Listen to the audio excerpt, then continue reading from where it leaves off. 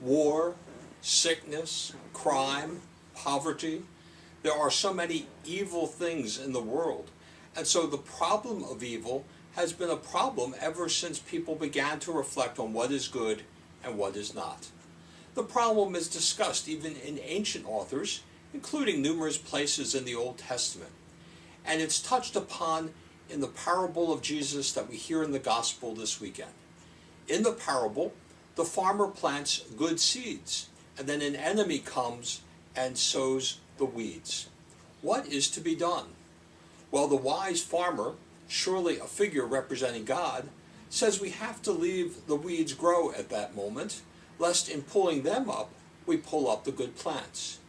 But at harvest time, well, then what is good will be harvested, and what is not will be pulled up and thrown into the fire. God is merciful, and God is just. We can't escape the fact that we might be tested, or tried, or tormented by events of life, maybe even deliberate acts geared against us. But we as disciples can carry on, or sometimes maybe as we struggle on. And we shouldn't be surprised when as a result of that, we are rewarded with patience, or an insight, with some wisdom, maybe even a blessing. The question, why do bad things happen to good people? Well, that's going to remain as long as there are people.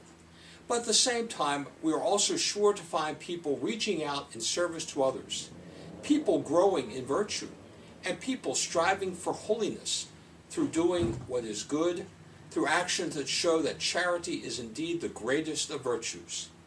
We can't always choose what happens, but we can choose how to respond.